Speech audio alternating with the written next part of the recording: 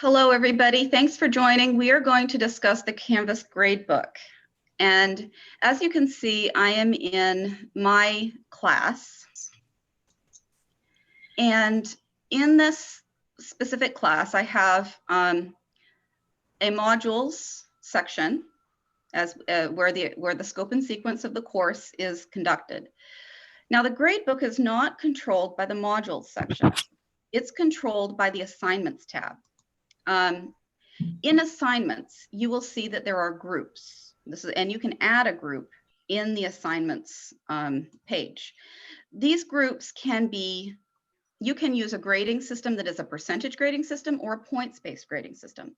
In this case, I have given a percentage for each group in my course, and it totals up to 100, but your percentages could total to less than 100 or over 100. Canvas does not distinguish. It just uses the percentage that you designate each group to be, and it accordingly allocates credit for that. So I have mine set up to the Getting to Know You group of assignments, which is only 10% of the course. Then the biology concepts are 20%, and the ethics are 40%. And then I have two major projects, one that's 20% and one that's 10%. I can add another group by clicking here and adding it. Let's see, test. And I can give it 10% if I wanted to, and then press save. And down here at the bottom, you'll see I have a new group, and I can add assignments to that by clicking the plus button here and adding assignment, giving it title, and giving it a certain amount of points, and then save and publish. I'm going to take this out. So if you want to delete a group, you would delete it. And it's important to remember that you don't have to use a percentage weighted system. You can use points-based system. And let's see. What you would do is go to assignment groups weight up here in the vertical ellipsis at the top of the page, and you can just unclick weight final grade, and that will just follow the point system that you establish in the class, the number of points per assignment. But I'm going to use a percentage based. I prefer, professionally speaking, as an instructor and as an instructional designer, and I would say that use a points-based system. It's easier for the students to understand. It's easier for the faculty member to evaluate. If you have a group of students that are really used to high school systems in which they use percentages, that's a good case point when you would use percentages.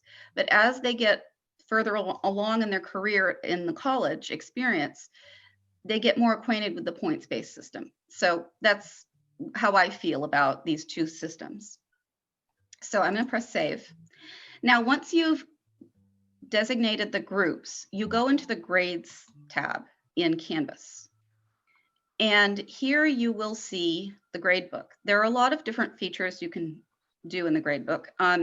If you look at the top of each assignment, you'll see a vertical ellipsis that gives you a lot of options. You can sort by highest to lowest grade. You can, it'll take you into SpeedGrader.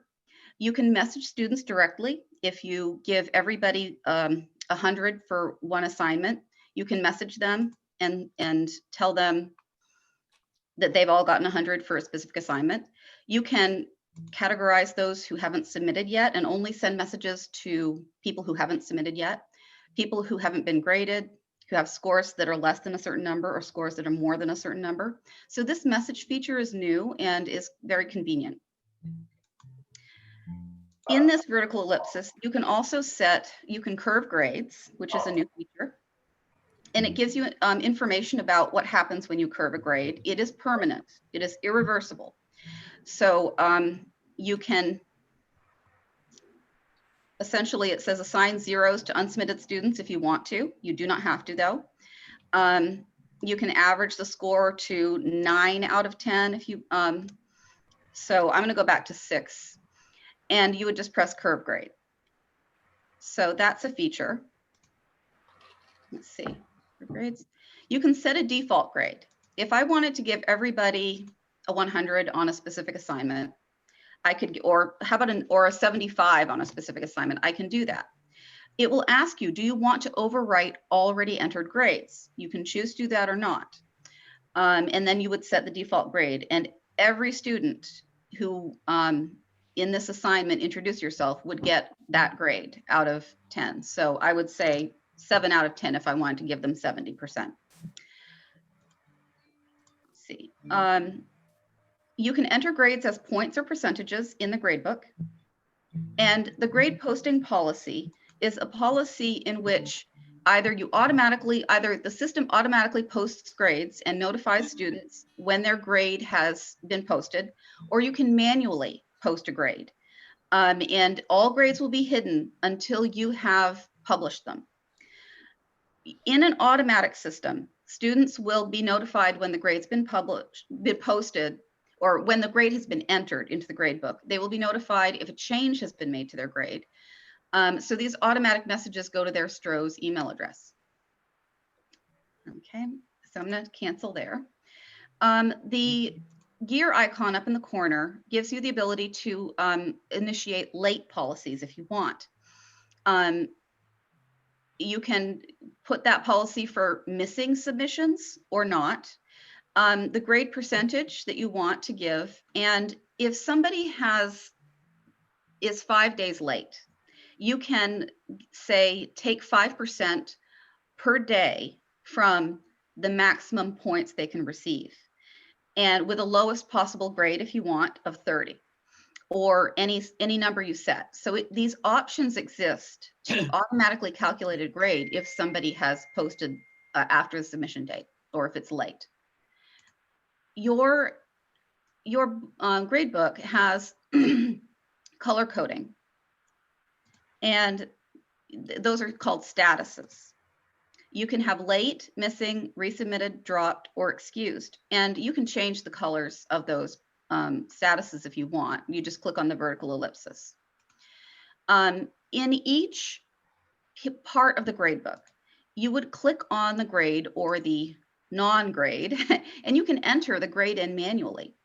If you click on this little arrow to the right, it will pull up a side panel that gives you information about that student, and you can put in the grade manually.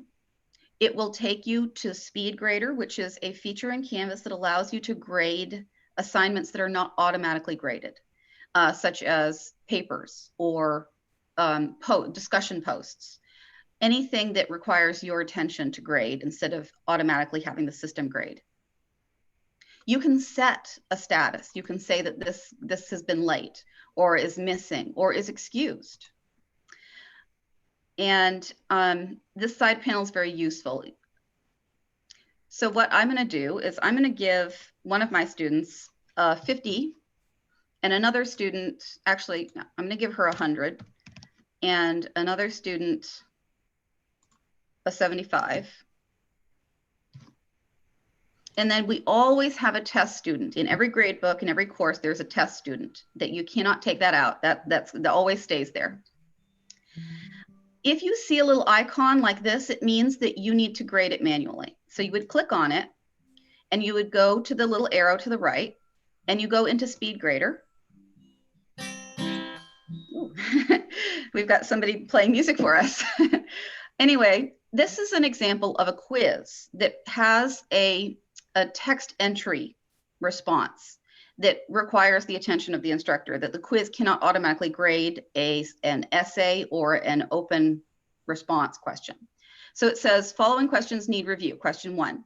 So I look at the submitted image that was required by the quiz, and I give it a full 2 out of 2 points. Then I would go down here to the bottom, and I would update scores. Now, as an instructor, you also can give fudge points at the bottom of any quiz. So I'm going to give this student 2 fudge points. Or you can give negative fudge points, I believe. So I'm going to give her 2 points. And then you would press update scores. Now, you can also change the grade. Whoops, not in quizzes, sorry. This submit button is only a submission of comments. If I say, good job, this will submit. If you change the grade in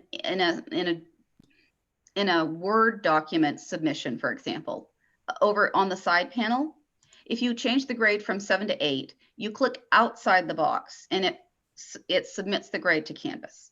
This submit button is not the button to click if you want to make sure that that grade in that box is submitted to Canvas. You just click outside of the box. You can also leave video and audio comments to give critiques and feedback to your students. You can also attach a document. If I were to give a audio comment, you just press on the record button. And good job. Glad that you submitted the test successfully. And you press stop. And this is a speech to text feature that allows you to submit a text submission as well to the student without having to type it out. If I did want to do an audio, I would make sure that my record media is set to off. You go to webcam and you set no video, and then you start recording. Good job. I gave you 2 extra points for the quiz. And then you can title it feedback and then press save. And that student will get an audio feedback sent to them as well. And then you can see it's right here. You can play it and hear it. If I weren't in a Zoom meeting, I could also record a video, video feedback as well. But my camera feed is currently being used in Zoom. So back to Gradebook. To get back to Gradebook, you click on the icon in the upper left. But one thing I want to point out is you can advance to the next student that needs attention, grading attention, by clicking on the arrow to the right. And this drop-down menu shows you all the students that need to be graded right here. You can go backwards, you can go forward, and it just takes you to the next piece of work that you need to grade. So I'm going to go, and this indicates that you can post or hide the grades if you want. And this, of course, takes us back to the gradebook. You can view the gradebook you can look at your history of the entries you've made into the spreadsheet in Gradebook, but you can also go into individual view. So let's look at individual view first. And it takes a few times for Canvas to acknowledge that that's where you want to go. This is the individual view. You can show by section in the course. You can sort by assignments. When you are showing in your gradebook, you can sort by alphabetically or by due date, as well as assignment group and position. Let's see, you can download your spreadsheet and you can upload scores if you want. You can select a student that you want to view individually, and you can advance the next student if you want. You can select the assignment you want to view. And here you would see the grade, and it'll give submission details. You can excuse an assignment for a selected student if you want. And here is the information.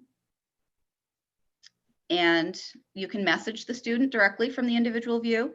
You can set a default grade, and you can curve grades from the individual view.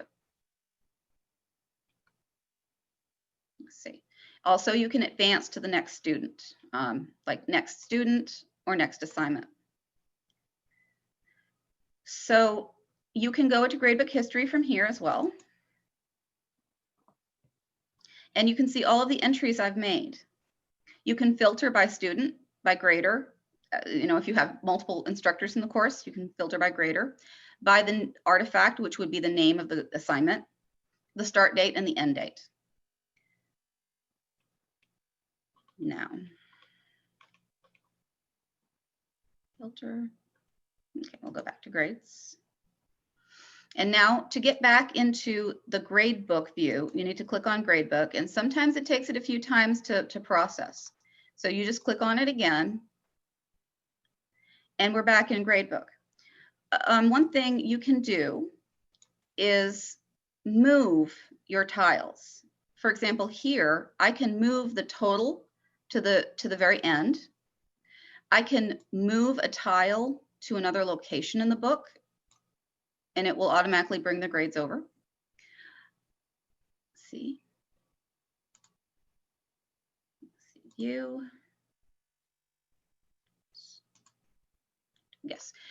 So your gradebook is a living document that you can adjust to the needs, to the preferences you have. And these, if you hover your mouse over the titles, you'll find that a living assignment has a link to it. This is just the group that I mentioned earlier. It does not give you much in the way of options because it's not an actual assignment. It's just the group category. So here, if I wanted to get into introduce yourself, it'll take me right into the assignment. So remember that these vertical ellipses give you many options, but that the major project and the title of the groups are not actual assignments. They just show you the percentage that that person has. Now, from the perspective of the student, let's see, I'm going to bring over my student view. It's important to remind your students that when they click on grades in their classes, that they need to unclick calculate based only on graded assignments, because it looks here that the student is doing pretty well. She's got a 76%. But if you click on that, if you unclick that box, you'll see that she now has a 51%. So to get a true idea of how you're doing in the course, the students need to unclick this. It shows them the weighting and the group weighting, if it is a weighted course, you know, a percentage weighted course. The student can see the grade, the score, and what they could have received. And down below here, these percentages will still appear even in a points-based course. It's just that they will be very small percentages. This is more of a technical addition that Canvas has. It's not a critical piece of information that the students need. It just appears. And even if you're not using a percentage-based system, it will reflect the percentages, but I believe they're just zeros because there's no weighting involved. It's completely tabulating on points. So they might ask, why is there a percentage thing underneath here? And just tell them it's just a feature in Canvas. It doesn't affect their grades. So these indicate that this is a quiz that the instructor has to grade a question in. So if they see this icon, the student might ask, why is there a rocket ship in my gradebook or in my grade page? It just means that it's a quiz that the instructor has to individually grade and that it hasn't been graded yet. It does, Canvas has some info icons for the students sometimes. Let's see, and the student can print their grades if they want to. And they can go from one course to another that they're enrolled in. So let's see, we'll go back to grades. Okay, and we'll go back to Gradebook in the instructor course, in the instructor view. And you can select the student name to get information about that individual student, as well as information about the specific assignments. That sums up my training. Thanks for watching. And I will stop recording. Okay.